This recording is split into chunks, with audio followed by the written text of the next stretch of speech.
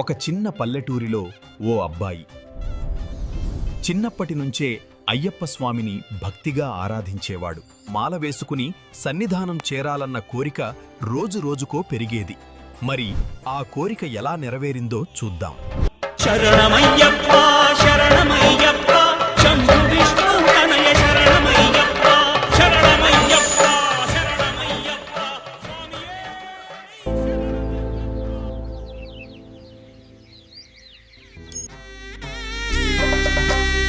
స్వామి శరణం. అమ్మా, ఈ సంవత్సరం నేను అయ్యప్ప మాల వేసుకుంటా. మాల వేసుకోవడం అంత తేలిక కాదు. స్వామి తప్పక దయ చూపుతాడు బాబు. నానా, నువ్వు ఇక్కడ ఉంటే బాగుండేది. ఈ మాల ధరించడం గురించి అడిగేవాణ్ణి. నానా,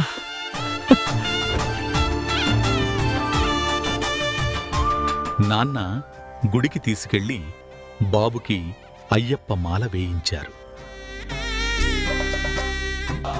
భక్తి విశ్వాసంతో శబరిమల యాత్ర మొదలైంది.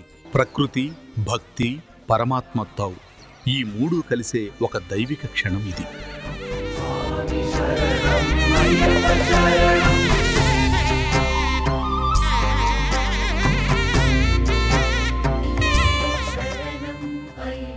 నీ దివ్య రూపం నా ముందుంది.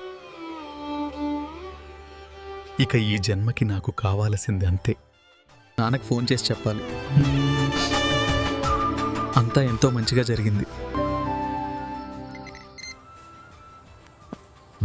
అన్నా, యాత్ర చాలా బాగుంది.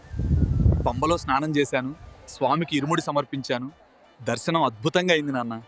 అసలు నేను ఇంటికి ఎప్పుడు వచ్చాను? నువ్వు అయ్యప్ప మాల ఎప్పుడు వేసావు? ఎప్పుడు శబరిమలకి వెళ్ళావు? నువ్వు చెప్పేదేంటో నాకు అస్సలు అర్థం కావడం లేదు మా. ఆ?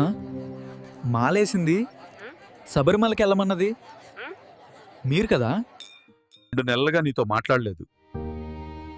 పనిలో బిజీగా ఉన్నాను. నిన్ను మాల వేసుకోమని నేనేం చెప్పలేదు. మాల వేసేలా చేసినది, శబరిమలకు నడిపించినది, దర్శనం చూపించినది అయ్యప్ప స్వామియే నాన్న. మీ రూపంలో వచ్చారు. అయ్యప్ప దేవాయ నమః అభయ స్వరూపాయ నమః.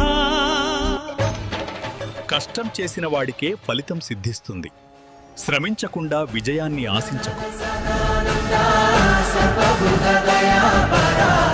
రక్ష రక్ష మహాబా